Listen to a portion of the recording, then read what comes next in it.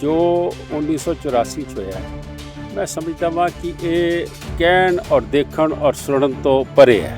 उन्होंने आख्या भी सरदार जी की दुकान पे आग लग गई है, सरदार तो को घरों निकले नहीं सीगे। उसने सवाल क्या पूछा, ये सिख की दुकान है कि हिंदू की, और उसने नहीं पानी डाला। ये ना आज़ाद हिंदुस्तान के ऊपर एक ब्लैक स्पॉट है जो वाजपेयी जी ने कहा था 84 के बाद कि डेमोक्रेटिक सिस्टम पे ये काला धब्बा है। एक तरफ जहां पूरा देश पूर्व प्रधानमंत्री स्वर्गीय श्रीमती इंदिरा गांधी जी को उनकी 41वीं बरसी पर याद कर रहा है, तो वहीं पूरी दूसरी तरफ देश भर में सन 1984 में हुए सिख नरसंहार के वाक़यों को भी याद कर कहीं ना कहीं उस जो पीड़ा है उसको, उस दर्द को लोगों की आंखों में देखा जा सकता है।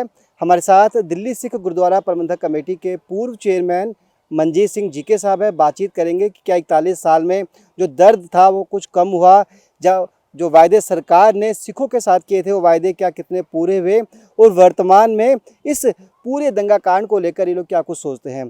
जीके साहब बहुत बहुत स्वागत है आपका नवोदय टाइम्स पे।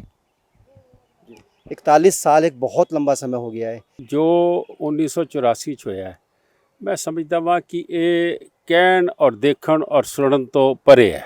ਲੋਕ ਇਸ ਨੂੰ ਦੰਗੇ ਕਹਿੰਦੇ ਨੇ, ਅਸੀਂ ਇਸ ਨੂੰ ਦੰਗੇ ਨਹੀਂ ਕਹਿੰਦੇ। ਦੰਗੇ ਹੁੰਦੇ ਨੇ ਜਦੋਂ ਦੋ ਸਮੁਦਾਇ ਆਪੋ 'ਚ ਲੜਨ। ਇਹ ਤੇ ਵਨ ਸਾਈਡਡ ਹੋ ਸੀਗਾ ਔਰ ਸਰਕਾਰੀ ਸਪਾਂਸਰਡ ਸੀਗਾ।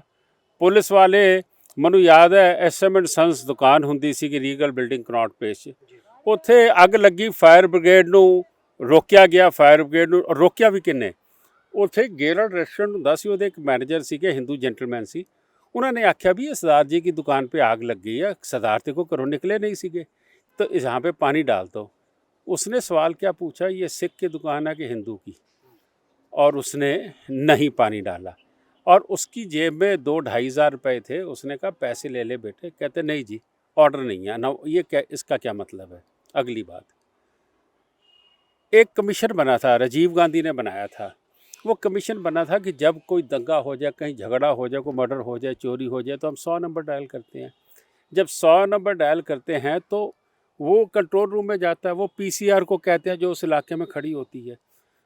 उन्होंने कमीशन बनाया कि जितनी भी उस वक्त डिस्ट्रेस कॉल्स आई हैं, वो कॉल्स जो हैं वो उसका क्या किया कंट्रोल रूम से, जो उन्होंने आखिर PCR को करी होगी, इलाके के थाने इंचार्ज को करी होगी, SHO को करी होगी, उनका क्या हुआ।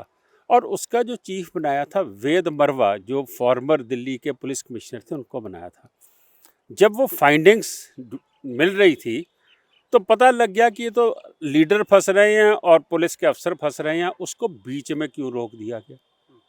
वो जो मरवा कमेटी बनी थी उसको किसने वापस ख़त्म कर दिया, डिसलॉज कर दिया? जिस दिन ये सारा कुछ हुआ, मैं समझता हूँ दिल्ली में 15,000 FIR होनी चाहिए थी। किसी के वो ड्राइविंग लाइसेंस चोरी हो जाए तो वो जाके कंप्लेंट देता है। यहाँ पे किसी की दुकान जली, किसी का घर जला, किसी का टैक्सी जली, किसी का ट्रक जला, किसी का सर फटा, किसी को जीवित आग लगा दी गई, किसी के बच्चे को उसके सामने उसको मार दिया गया तड़फा तड़फा के, किसी के बाल काटे गए। मैं समझता हूँ कि ये 15,000 FIR होनी चाहिए थी, लेकिन 10 कमीशन और कमेटियों के बाद 587 FIR होती हैं, और उनमें से 241 पुलिस अपने आप सुओ मोटो बंद कर देती है कि इनको बंद कर दिया जाए, इनका कोई आगा पीछा नहीं मिल रहा। क्योंकि जिसकी FIR में नाम हुआ, कहाँ 15 और कहाँ 587, उनको जिसके थाने में जाके FIR हुई थी उनको जाके बता दिया गया कि वो जो सरदार मारे थे ना, उनकी पत्नी आके, उनका बच्चा आके FIR करा रहा है। तो वो जो गुंडे दबंग थे उन्होंने जाके उनको धमकाना, सालों थाने में गए तो फिर देखना तुम जाके। तो वापस ले ली उन लोगों ने FIR? वो वापस नहीं, वो गए ही नहीं, फॉलोअप ही नहीं हुआ। तो पुलिस कहती जी ये तो FIR तो होगी, लेकिन उनको फॉलोअप ही नहीं आ रहा, को आगे आके बयान ही नहीं दे रहा। सो मैं ये कहता हूँ कि ये ना आज़ाद हिंदुस्तान के ऊपर एक ब्लैक स्पॉट है जो वाजपेयी जी ने कहा था 84 के बाद कि डेमोक्रेटिक सिस्टम पे ये काला धब्बा है। मैं समझता हूँ कि अब आपका सवाल है कि इसका क्लोजर हुआ कि नहीं हुआ, आपको कुछ सुलेस है नहीं। सज्जन कुमार को कितनी लड़ाइयाँ लड़के और टाइटलर को हमने अंदर कराने की कोशिश की, आज तक सिर्फ 20-30 लोग अंदर गए हैं। हज़ारों लोग हैं जिन्होंने मारा था। हज़ारों पुलिस के अफसर मौजूद हैं जो रिटायर हो चुके हैं, जिन्होंने ये सारे काम में सरकार का काम किया। मैं ये समझता हूँ सरकार ने एक्शन टेकन रिपोर्ट जो ATR है 2006-7 में डॉक्टर मनमोहन सिंह ने पेश की, टेबल करी थी पार्लियामेंट में, और वो जो टेबल करी थी रिपोर्ट, उसके अंदर इन्होंने 765 करोड़ का शायद एक पैकेज दिया था। अब उसमें नौकरी देने की बात थी, रिहेबिलिटेशन की बात थी। अगर सरकारी आंकड़ा 2733 का दिल्ली में है, हम नहीं कहते, हम तो कहते हैं 5000 मरे हैं दिल्ली में, 12000 पूरे हिंदुस्तान में मरे हैं, तो 2733 को तो नौकरी मिलती उनके परिवार में से। आज तक 70 नौकरी नहीं मिली, 60 नौकरी नहीं मिली। कितने साल होंगे? 41 साल। जो कैंप लगाए जा रहे हैं विक्टिम्स एरिया में, आपको लगता है कि उससे ये सब दिखावा है। मतलब आप कैंप लगा रहे हैं तो दो ना, 2 2,500 3,000 नौकरी तो पता लगे हमारे को। आप सिर्फ फ़ोटो खिंचवाते हैं कि ये लो जी 5 आदमियों को नौकरी दे दी, और ये भी नहीं पता कि वो विक्टिम्स है भी नहीं है। जो असली विक्टिम्स है वो रोते भी हैं कि हमारे को तो कंसिडर नहीं किया जा रहा। उसमें बड़ी कंट्रोवर्सी, चलो उसको छोड़िए आप, लेकिन उनकी नौकरी तो रिहेबिलिटेशन की बात करी थी। सो इसलिए मैं समझता हूँ कि हर तरफ से नुकसान हुआ। प्रधानमंत्री जी ने अभी पीछे बयान दिया था, उन्होंने यूज़ किया वर्ड कत्लेआम। हमें खुशी हुई, प्रधानमंत्री इसको दंगे नहीं कह रहे, कत्लेआम कह रहे। राजनाथ जी ने अमृतसर में बहुत बड़ी कॉन्फ्रेंस थी, उस वक़्त वो होम मिनिस्टर थे 19 से पहले, उन्होंने जाके इसको कत्लेआम कहा। आप चलो नहीं कुछ कर सकते, आप पार्लियामेंट में इसको कत्लेआम डिक्लेयर कर दो कि ये दंगे नहीं थे, ये नरसंहार था, तब भी कोई ना कोई शांति हो जाए। इंसाफ अब क्या मिलेगा?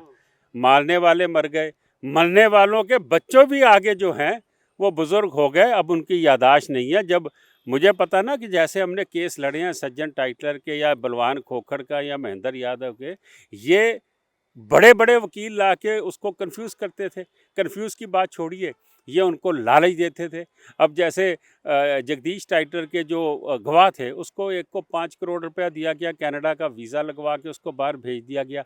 मैं ये केस फॉलोअप कर रहा था, मेरे पे NS मेरे पे ट्रांजिस्टर बॉम्ब केस डाले गए कि मनजीत सिंह अपनी आवाज़ बंद करे, फॉलोअप करना बंद करे। मैं समझता हूँ कि किसमें इतना दम होता है कि जब पुलिस और सरकार, वैसे तुम्हारे परिवार के मेंबर मर गए, घर तुम्हारा जल गया, रहने की जगह नहीं, और फिर तुम्हें धमकाया जा रहा है कि तुम अगर थाने में आए तो देखो क्या करेंगे तुम्हारे साथ। मैं समझता हूँ ये बहुत बड़ी विडंबना है हमारे साथ, जो दुख हमारे पास रहेगा। और हमने 47 हमारे बुज़ुर्गों ने भुगता था, 84 हमने भुगता है, और अगर इसका इंसाफ नहीं मिलता तो दूसरी कम्युनिटीज़ भी जो है ना, वो भी ये समझ के चलें कि अगर दंगे करने वाले बच के निकल जाएंगे कानून पे, तो दंगे कभी भी हो सकते हैं। ज़रूरी नहीं ये धर्म के नाम से होंगे, ये और भी बड़े वजह है, ज़ुबान के नाम पे हो सकते हैं, ये ज़ात के नाम पे हो सकते हैं, ये इकोनॉमिक इनइक्वालिटी के नाम पे हो सकते हैं। ठीक है साहब, आपने कहा कि बीजेपी ने इसे कत्लेआम का नाम दिया, राजनाथ सिंह जी ने और खुद PM मोदी ने भी कहा अभी है। PM मोदी ने जी। 15 दिन पहले बोला। कई सारी सरकारें आ गई 40 सालों में, मिक्स सरकार भी आई और कांग्रेस बीजेपी की इंडिविजुअल सरकार भी आई। आपको लगता है लड़ाई अभी भी बाकी है? क्योंकि मुझे लगता नहीं है कि आप लोग सेटिस्फाई नज़र आ रहे हैं अभी भी। बिल्कुल सेटिस्फाई नहीं है। देखिए सरकार जब पहले वाजपेयी जी की सरकार आई थी, 3.5 लाख रुपया दिया गया था। मोदी साहब की सरकार आई, 5-5 लाख रुपया दिया गया। हम वेलकम करते हैं।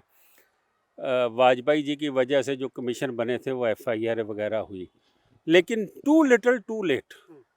मैं ये समझता हूँ कि सरकार को कुछ ना कुछ ऐसा करना चाहिए जो कम्युनिटी है, जिस कम्युनिटी की वजह से आज देश में आप आज़ादी से सांस ले रहे हो। हमारी बात छोड़िए ना, गुरु तेग बहादुर जी का 350वां शहीदी दिवस मना रहे हैं, क्यों दिया? तिलक और जनेऊ को बचाने के लिए। गुरु नानक ने जनेऊ नहीं पहना, उन्होंने नहीं धारण किया, लेकिन जब ज़बरन औरंगज़ेब उतार रहा था और कश्मीरी पंडित आते हैं, 9वें गुरु नानक ने अपना बलिदान दे दिया, आके अब अपनी शहादत दे दी आके चांदनी चौक में। भाई मतीदास, भाई सतीदास, भाई दयाला जी। जो कम्युनिटी लड़ती है, अंग्रेज़ों ने अगर 125 फांसी दिया तो 90 पंजाब के हैं, और अगर 2300 आदमी काला पानी जाता है तो 1800 पंजाब के हैं। और जब पार्टीशन होता है तो 10 लाख आदमी मरता, वो दोनों तरफ पंजाब का मरता। उधर पाकिस्तान का लहंदा पंजाब कहते हैं, इधर हिंदुस्तान का जिसको चढ़दा पंजाब कहते हैं। उदों भी या पंजाब नूं पता लगा या बंगाल नूं पता लगा पार्टीशन दा, बाकी स्टेट किसी दी मक्खी भी नहीं मरी। अब 84 फिर हो गई साढ़े नाल। सो हम ये चाहते हैं कि ये वो कम्युनिटी है जो दबेगी नहीं किसी से। अब हमारी आबादी बेशक कम है, लेकिन हमारे जो मसाइल हैं, हमारे जो मसले हैं, उसको ध्यान देना चाहिए सरकार को। चलिए बहुत बहुत शुक्रिया। भले ही इस हादसे को आज 41 साल बीत गए हों, लेकिन जो दर्द है, जो दुख है, वो अभी भी कायम है। मनजीत सिंह जी का ये भी कहना है कि जो चीज़ें छूट गई हैं पीछे, उनको लेकर लड़ाई आगे भी जारी रहेगी। कुछ मुद्दे ऐसे हैं जो सरकार से मांग करते हैं कि उन पर काम करे। रिहेबिलिटेशन से लेकर जो तमाम दूसरे इशूज़ हैं, उन पर सरकार को सख्त होने की ज़रूरत है। अपने सहयोगी कैमरामैन विनोद के साथ मुकेश गुप्ता, दिल्ली।